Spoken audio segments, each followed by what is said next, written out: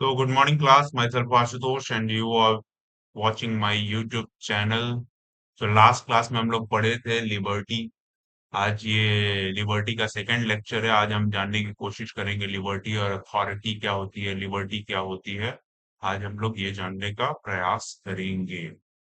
तो अगर हम किसी को लिबर्टी दे रहे हैं, किसी को फ्रीडम दे दे रहे हैं, तो वो आगे चल के कुछ भी कर सकता है, किसी को भी चोट पहुंचा सकता है। अब जब वो किसी को भी चोट पहुंचा सकता है, उसके पास अनलिमिटेड फ्रीडम है। जैसे मैंने मान लो किसी को गन दे दी और सामने वाले को जैसे मैंने गन दी और वो जाके मास किलिंग करना स्टार्ट कर दे, तो उसके ऊपर क्या लगाना जरूरी है? उसके ऊपर रेस्ट्रिक्शंस लगाना बहुत ज्यादा जरूरी है। आज की जो हमारी सोसाइटी है, हम किसी को पूरे तरीके से लिबर्टी नहीं दे सकते हैं, क्योंकि इंडिविजुअल कोई भी कदम उठा सकता है, लोगों को परेशान कर सकता है। इसी वजह से जो रियल वर्ल्ड होता है उसमें रेगुलेशन जो रहता है लिबर्टी का, वो जरूरी हो जाता है। अब ये जो रेगुलेशन जो जरूरी हुआ है, वो स्टेट रेगुलेट करेगा या कोई और रेगुलेट करेगा? ये रेगुलेशंस कौन लगाएगा लिबर्टी के ऊपर? अर्नेस्ट पार्कर नाम के थिंकर आते हैं, वो बोलते हैं लिबर्टी के ऊपर रेगुलेशन अगर स्टेट लगाएगा, अगर लिबर्टी के ऊपर रेगुलेशन स्टेट लगाएगा, तो वो टू कॉन्टेक्स्ट में लगा सकता है रेगुलेशन को। एक होता है रिलेटिव और दूसरा होगा रेगुलेटेड। First one relative. अब रिलेटिव अगर लग रहा है रेगुलेशन, तो रिलेटिव रेगुलेशन से इसका कहने का मतलब क्या है? कि आपको ये लिबर्टी है कि आप कोई भी गाना, कोई भी जो म्यूजिक है वो प्ले कर सकते हो। अब आप जब म्यूजिक प्ले करोगे, ये हो सकता है कि आप एक डीजे लेके आए और डीजे में एक लाउड म्यूजिक बजाना स्टार्ट कर दिए। अब उस लाउड म्यूजिक से क्या होगा? लोगों, जो अगल बगल आपके पड़ोसी रहेंगे, जो नेबर्स रहेंगे, वो लोग डिस्टर्ब होंगे, वो लोग शांति चाहते हैं और आप वहीं अपना लाउड म्यूजिक बजा रहे हो, जिससे उन लोगों को तकलीफ होगी। फिर दूसरा कॉन्टेक्स्ट अर्नेस्ट बार्कर क्या बोलते हैं? Regulated liberty. रेगुलेटेड लिबर्टी में वो बताते हैं कि स्टेट क्या करेगा? लॉ बनाएगा। स्टेट लॉ बनाएगा और लोगों का दायित्व है, लोगों का कर्तव्य है कि वो जो स्टेट ने लॉ बनाया है उसे सही तरीके से फॉलो करें। अगर ऐसा होता है तो हर इंसान, हर इंडिविजुअल अपनी लिबर्टी पूरे तरीके से एंजॉय कर पाएगा। जैसे मान के चलो ट्रैफिक रूल। अब ट्रैफिक रूल में जैसे आपका रेड सिग्नल आता है तो सारी गाड़ियां रुक जाती हैं और सामने वाले लोगों को हम लोग पास होने देते हैं। अगर ये ट्रैफिक रूल्स नहीं होते तो जाम की समस्या हमें देखने को मिलती हर जगह। ट्रैफिक रूल के कारण हम लोग डिसिप्लिन्ड वे में रोड पे ट्रेवल करते हैं। तो ये हो गया रेगुलेटेड लिबर्टी। फिर डीडी रफेल नाम के एक थिंकर आते हैं, वो लिबर्टी और अथॉरिटी के बारे में बोलते हैं कि हमें बैलेंस बनाना है इंडिविजुअल की लिबर्टी में और स्टेट की अथॉरिटी में, बहुत ज्यादा जरूरी है। इंडिविजुअल लिबर्टी और स्टेट की अथॉरिटी ये आमने सामने खड़ी हुई है।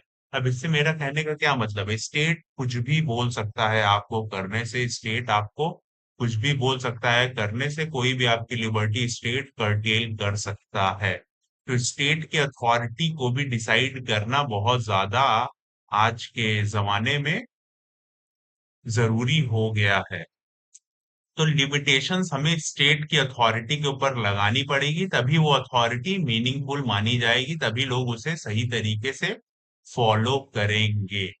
अब जब स्टेट जो लॉ बनाता है, स्टेट जो लॉ बना रहा है, वो किससे बैक्ड होता है? वो सैंक्शन से बैक्ड होता है कि अगर आप उस लॉ को, स्टेट ने जो लॉ बनाया है, अगर आप उसे नहीं फॉलो करोगे तो आपके ऊपर सैंक्शन लगा दिए जाएंगे। जैसे अभी ट्रैफिक रूल का मैंने एग्जांपल दिया, ट्रैफिक का आप वायलेशन करोगे तो स्टेट ने लॉ बनाया है कि जो भाई ट्रैफिक रूल तोड़ेगा, जो उसके नियम तोड़ेगा, उसके ऊपर सैंक्शन लग जाएंगे। अब आपको कुछ फाइन देना पड़ेगा, जैसे 500 रुपीज का, 1000 रुपीज का आपको फाइन देना पड़ता है अगर आप स्टेट के बनाए हुए लॉस लाइक ट्रैफिक रूल्स को अगर आप वायलेट करते हो। अगर आप किसी की जान लेते हो तब आपको जेल में भेज दिया जाता है। अगर आप चोरी करते हो तब भी आपको जेल में डाल दिया जाता है। तो स्टेट ने जो लॉ बनाए हैं वो किसी सैंक्शन से बैक्ड हैं कि अगर आप उसे नहीं फॉलो करोगे तो आप जेल चले जाओगे, आपको फाइन देना पड़ेगा।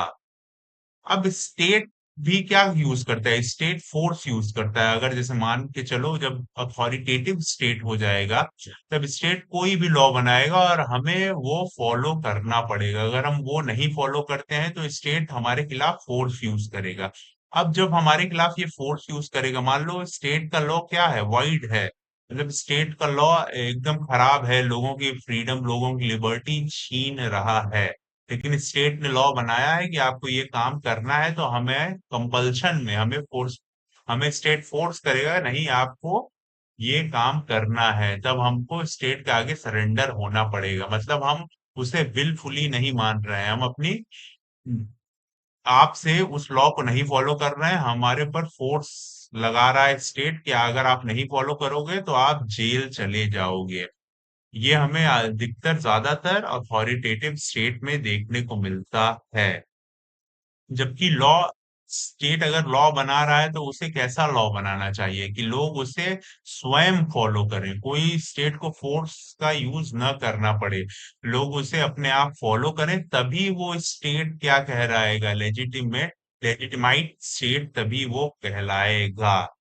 अगर हम लोग विलफुली स्टेट के बनाए हुए लॉ को फॉलो करें, ना कि स्टेट हमें फोर्स करे वो लॉ फॉलो करने के लिए। फिर आइए आगे देखते हैं। लेजिटिमेसी, लेजिटिमेसी बेसिकली होती क्या है, जब लोग, स्टेट कोई लॉ बना रहा है, लोग उसे सपोर्ट करें मोरली, बिना किसी कंपल्शन के, बिना किसी फोर्स के, अगर लोग स्टेट के बनाए हुए लॉ, नहीं तो जो स्टेट बोल रहा है लोगों को, अगर लोग वो फॉलो करें बिना किसी कंपल्शन के कि हमें जो स्टेट बोल रहा है वो हमको फॉलो करना है, हमारे ऊपर कोई फोर्स नहीं यूज की जा रही है, तो वो लेजिटिमेसी कहलाता है। मतलब लोग उसे वैधता दे रहे हैं, स्टेट के बनाए हुए कानूनों को वैधता लोगों को मिल रही है कि स्टेट जो बोल रहा है, स्टेट हमारी प्रोटेक्शन करने के लिए लॉ बना रहा है, तो इसी वजह से हमें स्टेट के बनाए हुए लॉस को फॉलो करना है। अब लेजिटिमेसी तब क्वेश्चन में आ जाती है जब स्टेट कोई लॉ बनाए जो जनता के विरोधी हो, जो हमारे विरोध में हो, जो हमारे अगेंस्ट हो, ऐसा कोई लॉ अगर बनाती है स्टेट, तो वो क्या हो जाता है, उसके खिलाफ लोग खड़े हो जाते हैं। जैसे हमें कई बार प्रोटेस्ट हमें देखने को मिलता है, अभी जैसे फार्म लॉस जो बने थे, उस पे लोग क्या किए, उस पे लोग बहुत ज्यादा प्रोटेस्ट किए कि ये जो लॉ आप बना रहे हो ये सही नहीं है, तो क्या करना पड़ा, सरकार को वो लॉ वापस लेना पड़ा। उसी तरह जब लोगों का विश्वास हमारी सरकार से उठ जाए, हमारी मिलिट्री से उठ जाए, हमारे जो ये जो सिस्टम है इससे उठ जाए, तो लेजिटिमेसी चली जाती है। मतलब लोग उस इंस्टीट्यूशन को वैध नहीं मानते हैं, लोग उस इंस्टीट्यूशन को अवैध मानते हैं, और तब बहुत बड़े पैमाने पे मूवमेंट्स होते हैं और सरकार को बदला जाता है, नई रिजीम को ले आया जाता है।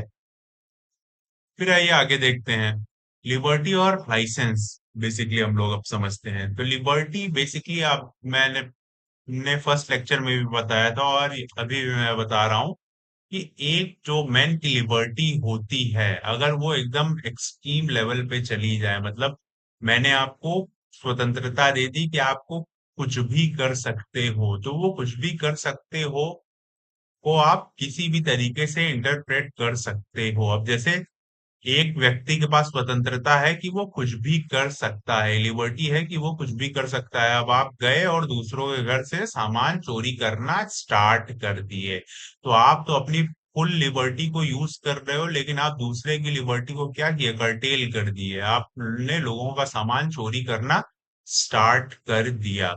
उसी तरह एक ड्राइवर के पास क्या होता है, ड्राइवर के पास लिबर्टी होती है कि वो चाहे जैसे ड्राइव कर सके। अब चाहे जैसे ड्राइव कर सके में पता चला उसने, ड्राइवर ने 10 लोगों का रोड पे एक्सीडेंट करके वो भागने लगा, मतलब लोगों को मार मार के, लोगों का एक्सीडेंट कर करके वो भागने लगा। ये जो लिबर्टी है, लोगों के पास जो एक्सेसिव लिबर्टी है, अब इसके ऊपर क्या करना जरूरी है, इसको कर्टेल करना जरूरी है, नहीं तो लोगों के मन में जो आएगा, लोग वो काम करेंगे। जैसे बोलते हैं ना कि जो बड़ी मछली रहती है वो छोटी मछलियों को खा जाती है, तो अगर आप स्ट्रांग हो तो मतलब आप वीक को खा जाओगे।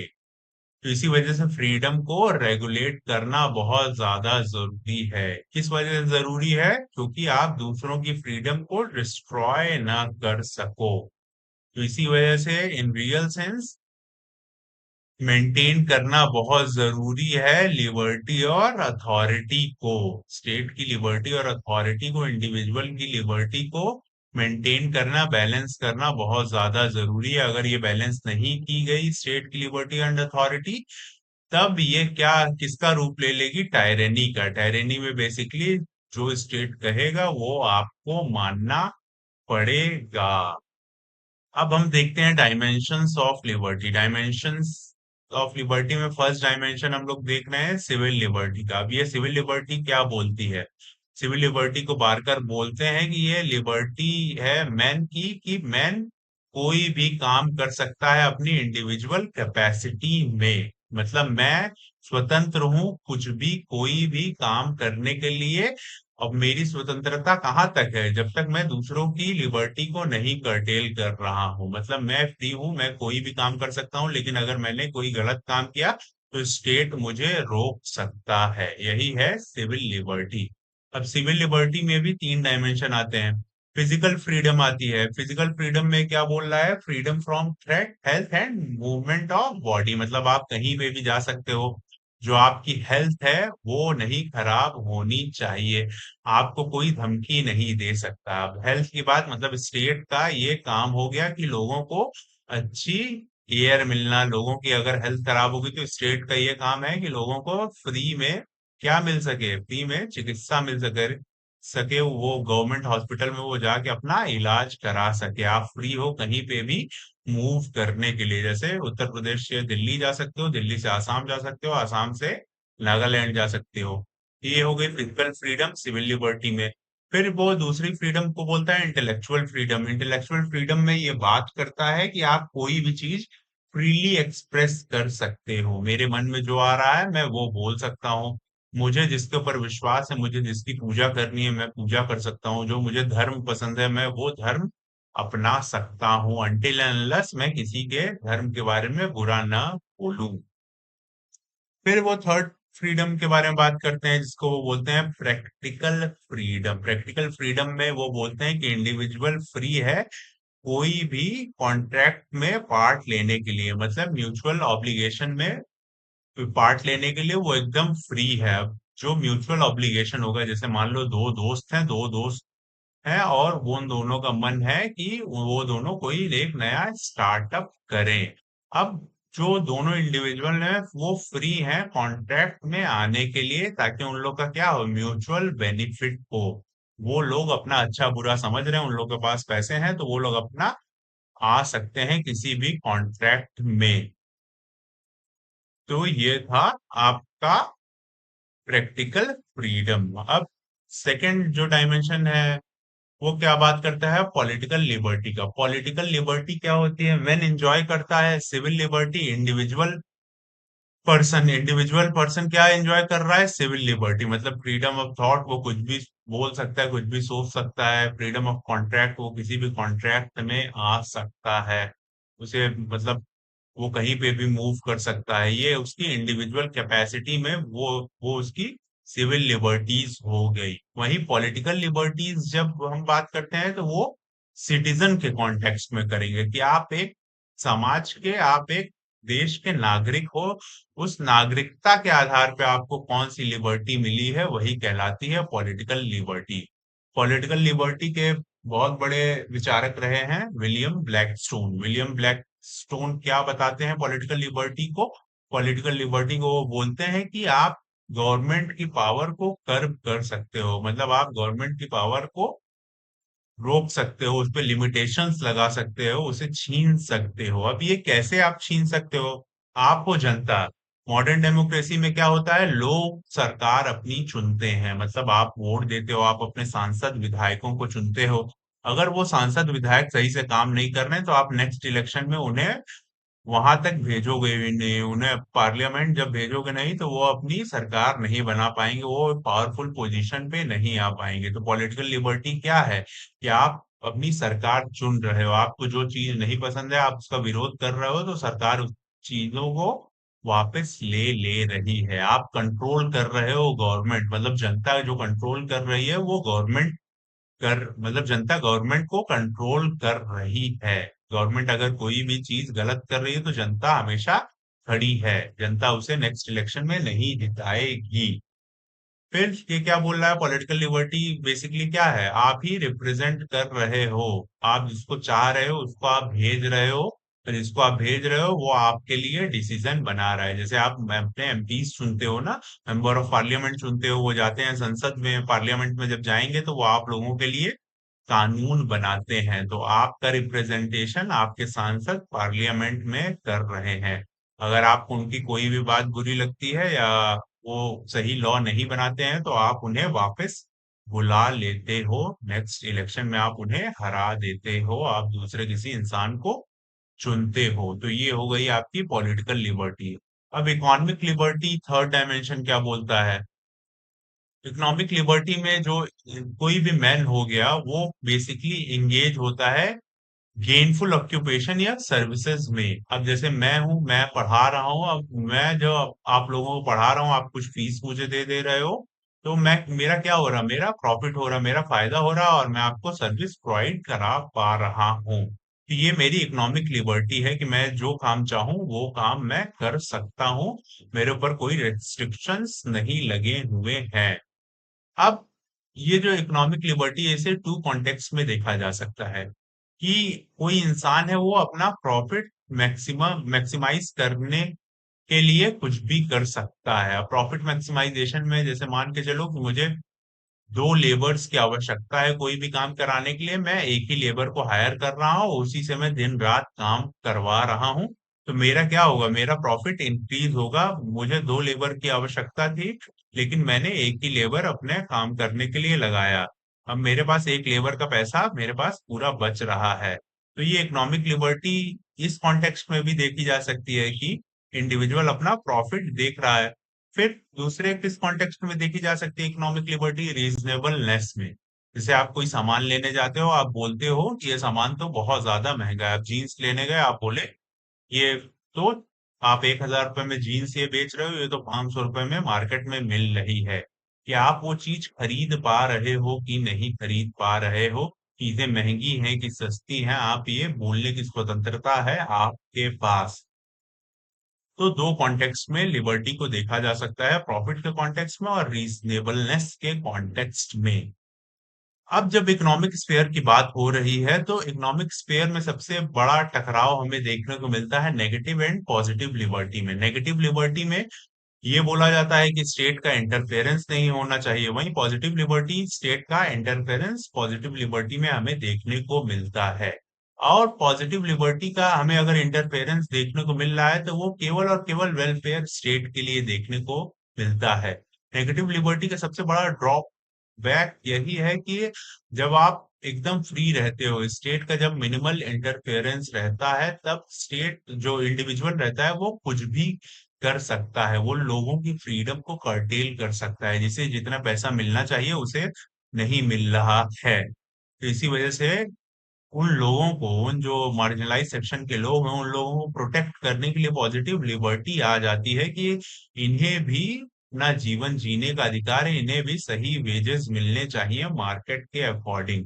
तो वेलफेयर स्टेट का कॉन्सेप्ट यहीं से आ जाता है। अगर नेगेटिव और पॉजिटिव लिबर्टी अगर साथ चले, सही मिलकर चले, तो समाज की प्रगति, सोसाइटी का जो प्रगति हमें देखने को मिलती है। फिर आइए हम लोग आगे देखते हैं, liberal individualistic view of liberty ये किस बारे में बात बोल रहा है। जो पब्लिक पॉलिसी होती है वो गाइडिंग प्रिंसिपल होता है लिबर्टी और फ्रीडम का। अब पब्लिक पॉलिसी से मेरा कहने का क्या मतलब है, जैसे आपके कॉन्स्टिट्यूशन में कुछ आर्टिकल्स दिए हुए हैं, आर्टिकल फंडामेंटल राइट्स दिए हुए हैं जो इंडिविजुअल एंजॉय कर सकता है स्टेट का पार्ट होके, जैसे आर्टिकल 14, 15, 16, 17, आर्टिकल 12 से 35 तक अगर आप पूरा पढ़ जाओगे तो वो कुछ राइट्स मिले हुए हैं जिसे इंडिविजुअल एंजॉय कर सकता है स्टेट में रह के। अगर ये कर्व होते हैं तो हम इसके खिलाफ कहीं जाके आवाज उठा सकते हैं। तो लिबर्टी बेसिकली क्या है? Liberty basically absence of restrain और कंस्ट्रेन है, मतलब लोग स्वतंत्र हैं कुछ भी बोलने के लिए, कुछ भी करने के लिए, जब तक वो किसी दूसरे को हानि, जब तक वो किसी दूसरे को नुकसान नहीं पहुंचा रहे हैं, तब तक वो स्वतंत्र हैं। अब 1941 में अटलांटिक चार्टर होता है। अटलांटिक चार्टर में बेसिकली 4 फ्रीडम्स की बात कही जाती है। वो 4 फ्रीडम कौन कौन सी थी? Freedom of speech, freedom of worship, freedom of from fear, freedom from want. अब पहली जो 2 फ्रीडम थी, freedom of speech and worship, ये बेसिकली नेगेटिव लिबर्टी है, मतलब लोगों कुछ भी बोल सकते हैं, लोगों कोई भी गॉड को, किसी भी गॉड को, किसी भी रिलीजन को लोग मान सकते हैं, किसी भी गॉड को लोग वर्शिप कर सकते हैं। स्टेट उन्हें नहीं रोक सकता है इन दोनों फ्रीडम को एक्सरसाइज करने से। फिर सेकंड वो क्या बोलते हैं? Freedom from fear and freedom from want. अब फ्रीडम फ्रॉम फियर के बारे में वो क्या बोलते हैं? फियर लोगों को किससे हो सकता है? मान लो किसी कोई डिस्टेबलाइज्ड स्टेट है, वहां पे वॉर की सिचुएशन हमें देखने को मिलती है, तो लोग हमेशा डरे सहमे रहेंगे कि उनके खिलाफ कभी भी जंग जारी हो सकती है। तो स्टेट का ये काम है कि लोगों को इस फियर से दूर करना। फ्रीडम फ्रॉम वांट से उनका क्या कहने का मतलब था? फ्रीडम फ्रॉम वांट से मतलब लोग कोई भी चीज लोग कर सकते हैं, स्टेट उन्हें रेस्ट्रिक्ट नहीं कर सकता है। जो लोगों के दिमाग में आएगा वो लोग वो काम कर सकते हैं, जब तक वो किसी दूसरे की फ्रीडम को कर्टेल नहीं कर रहे हैं। तो ये था फ्रीडम फ्रॉम वांट। अब ये पॉजिटिव एस्पेक्ट है लिबर्टी का। इसमें स्टेट का क्या रोल होगा? स्टेट का यही रोल होगा कि जो भी इन दोनों फ्रीडम फ्रॉम फियर और फ्रीडम फ्रॉम वांट में बाधा बन के आए, उसे रिमूव करना। अब वो चीजें रिमूव कर देगा स्टेट। अब जैसे लोग डरे हुए हैं कि वॉर कभी भी हो सकती है, तो स्टेट का काम है कि वॉर नहीं होने देना। लोग स्वतंत्र हैं कोई भी काम करने के लिए, तो स्टेट का ये काम है कि उन्हें सपोर्ट करना। फिर हम लोग आगे देखते हैं, जो स्ट्रगल होता है लिबर्टी का वो हमें देखने को सबसे पहले मिलता है 17वीं शताब्दी में, 17th सेंचुरी में यूरोप में। जो यूरोप में तब इंडस्ट्रियलिस्ट जो क्लास था, वो डिमांड कर रहा था नेगेटिव लिबर्टी की वो डिमांड कर रहा था कि स्टेट का क्या होना चाहिए? मिनिमल इंटरफेरेंस होना चाहिए। स्टेट को इंटरफेयर नहीं करना है इंडिविजुअल की लिबर्टी में, तभी इंडिविजुअल अपनी फुल लिबर्टी को एक्सरसाइज कर पाएगा। नेगेटिव लिबर्टी बोलती है कि लोग जानते हैं क्या उनका अच्छा और बुरा है, लोग जानते हैं किस चीज से उन्हें फायदा हो सकता है, किस चीज से उन्हें नुकसान हो सकता है। तो स्टेट की ये जिम्मेदारी नहीं है हमें बताने की कि हमें फायदा और नुकसान किससे हो सकता है या किससे नहीं हो सकता है। तो स्टेट डिसाइड नहीं करेगा कि हमें क्या करना है और क्या नहीं करना है। सो लिबरल इंडिविजुअलिस्टिक व्यू लिबर्टी के बारे में बोल रहा है कि फ्री मार्केट सोसाइटी होनी चाहिए against mercantile policy of state. मतलब ये जो बाजार है इसे खुला छोड़ दिया जाए, लोगों का जो मन है वो लोग कर सके, स्टेट कोई भी रेस्ट्रिक्शन न लगाए हमारी इकोनॉमी में, हमारी मार्केट में। फिर हमें देखने को मिलता है जब 17th सेंचुरी में ये सब हो रहा था, तो हमें देखने को मिला स्टैब्लिशमेंट किसका? कैपिटलिज्म का अगेंस्ट फ्यूडलिज्म। जो फ्यूडलिज्म पहले चला आ रहा था वो रेस्ट्रिक्ट कर रहा था लोगों को अपनी फुल्ली फ्रीडम एक्सरसाइज करने से। फिर 17th सेंचुरी में जो हमें इंडस्ट्रियलिस्ट की जो डिमांड होती है वो फुलफिल होती है, वो मानी जाती है, तब हमें कैपिटलिज्म का राइज देखने को मिलता है और फ्यूडलिज्म क्या होता है? डिक्लाइन होता जाता है। अब लोग क्या है, लोग अपनी फ्रीडम को फ्रीली एक्सरसाइज कर पा रहे हैं कैपिटलिज्म में। लेकिन ये जो कैपिटलिज्म है ये धीरे धीरे लोगों के लिए हानिकारक बनता रहा। अब आइए देखते हैं फ्रीडम ऑफ कॉन्ट्रैक्ट। अब ये जो कैपिटलिज्म था इसमें लोगों को क्या किसकी आजादी थी? कॉन्ट्रैक्ट की आजादी थी। वो किसी के भी साथ कॉन्ट्रैक्ट में आ सकते हैं। जैसे हमने स्टेट के साथ क्या किया है? कॉन्ट्रैक्ट किया है कि हम अपने राइट्स सरेंडर कर रहे हैं और स्टेट का काम है हमें प्रोटेक्शन देना।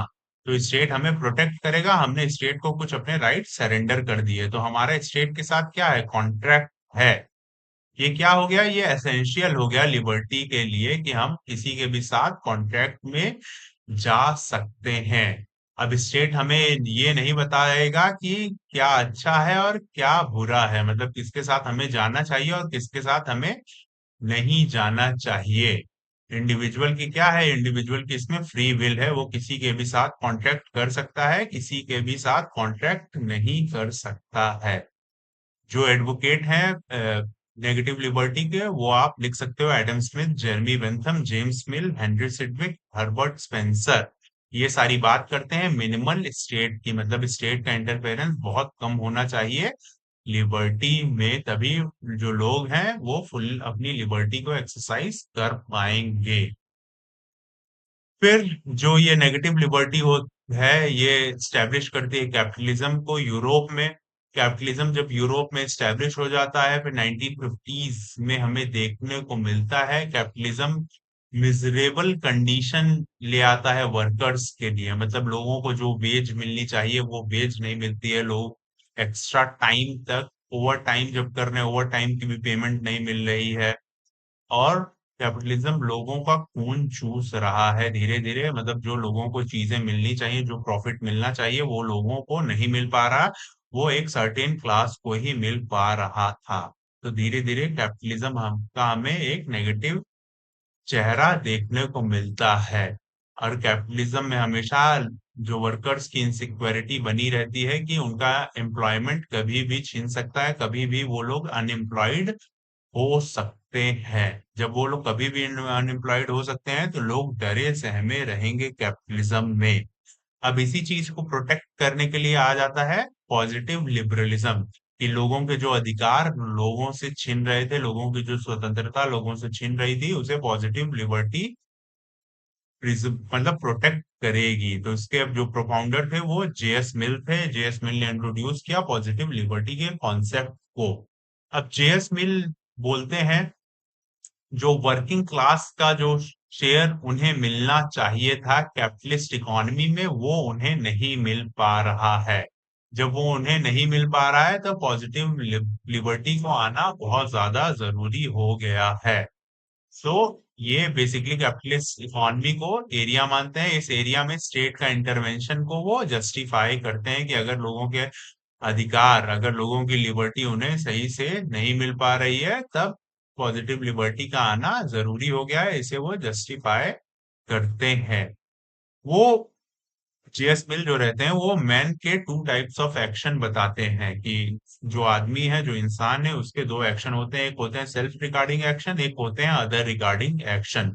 सेल्फ रिगार्डिंग एक्शन क्या होते हैं? सेल्फ रिगार्डिंग एक्शन जैसे मान लीजिए फॉर एग्जांपल आप एक कमरे में हैं और कमरे में आप सिगरेट पी रहे हैं। आप सिगरेट पी रहे हैं तो उसका धुआं उसी कमरे में है और आप उसी धुएं को सूंघ रहे हैं और वही आप उसे एक्सहेल कर रहे हैं। तो ये आपका सेल्फ रिगार्डिंग एक्शन हो गया। आप किसी को तकलीफ नहीं पहुंचा रहे हैं, सामने वाला आपके सिगरेट पीने से नहीं परेशान हो रहा क्योंकि आप कमरे में अकेले बैठ के सिगरेट पी रहे हैं। वहीं अदर रिगार्डिंग एक्शन क्या होता है कि आप गए बाहर और सिगरेट पीना स्टार्ट किया, अगल बगल आपके लोग आपसे परेशान हो रहे हैं, तो ये आपका अदर रिगार्डिंग एक्शन हो गया।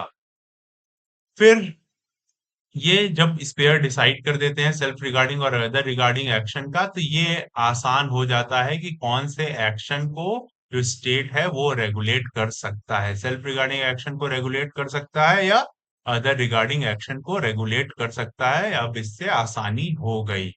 फिर वो बोलते हैं पॉजिटिव जो रोल है स्टेट का वो क्या है? वो सिक्योर करना है सोशल वेलफेयर।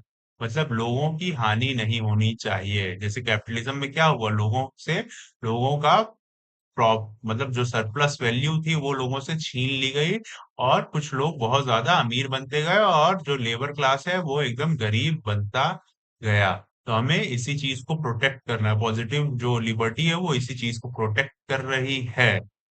फिर दूसरे जो प्रोपाउंडर थे पॉजिटिव लिबरलिज्म के वो थे ग्रीन। ग्रीन क्या बोलते हैं, टीएच ग्रीन, कि पॉजिटिव जो रोल है स्टेट का क्या रोल है, स्टेट का ये रोल है, स्टेट ऐसी कंडीशन क्रिएट करे जहां पे लोग अपना मोरल फ्रीडम को एक्सरसाइज कर सकें। मोरल फ्रीडम क्या होती है कि लोग कोई भी अपनी चॉइस के अकॉर्डिंग कोई भी डिसीजन ले सकें। रेशनल एथिकल डिसीजन, तार्किक डिसीजन, मतलब क्या उनके लिए अच्छा है क्या उनके लिए खराब है, ये स्टेट को ऐसी कंडीशन बनानी है ताकि स्टेट अपनी मोरल फ्रीडम को एक्सरसाइज कर सके। ये बात बोलते हैं टीएच ग्रीन। अब जो पॉजिटिव लिबरलिज्म के बेसिकली मेन थिंकर्स हैं वो हो गए जेएस मिल, टीएच ग्रीन और एलटी हॉबहाउस और एचजे लस्की। ये आप नोट डाउन कर सकते हैं, ये काफी एग्जाम्स में पूछा जाता है कि पॉजिटिव लिबरलिज्म के प्रोपाउंडर कौन कौन थे। तो JS Mill, TH Green, LT Hobhouse and Harold J Laski. अगर आपको मेरी वीडियो पसंद आई है तो इसे लाइक शेयर एंड सब्सक्राइब जरूर करिएगा।